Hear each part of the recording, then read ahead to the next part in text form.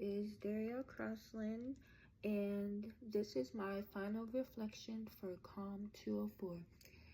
In this video, I'll talk about my journey through the course, the research skills I developed, and what I've learned that will stay with me beyond this class. I enrolled in COM 204 because I wanted to become a stronger storyteller and researcher. I expected to learn basic research methods and how to verify sources, but I didn't realize how much the course would challenge the way I think about history, identity, and narrative.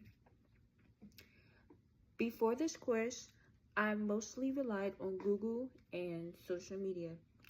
Now, I understand how to dig deeper using archives, public records, and databases to find more credible and meaningful information.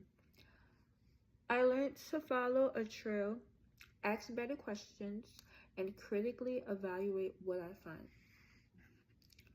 The most significant document I found was my great-grandmother's obituary in the newspapers, listed as a senior mother who was a member of the Supreme Council of the House of Jacob, which is a religious organization that has headquarters located in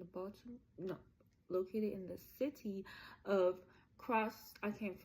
located in Ohio, not Baltimore. It made her story feel real, and I never would have thought that that's what she did. Although it makes sense because my grandmother, her daughter Lorraine Claggett, is very deeply Christian. I give myself an 8 out of 10. This is not an overnight thing, and I know it would take a lot of work and dedication. I know I've made real progress, but I know there's still room to grow, especially in organizing information and using it to tell compelling stories. 4 skills I developed and improved in COM 204 is archival research, interviewing, critical reading, and story structuring. I learned how to use census data and local history archives, especially during the family research assignment.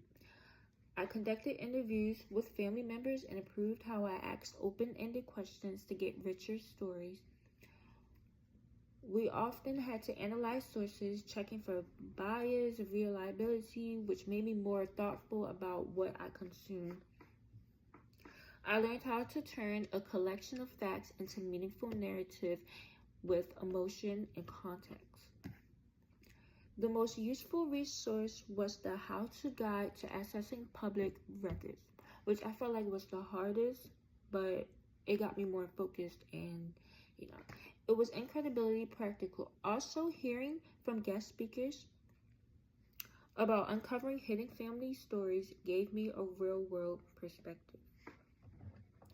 One video that stood out was the CBS segment about descendants of the Tulsa Race Massacre.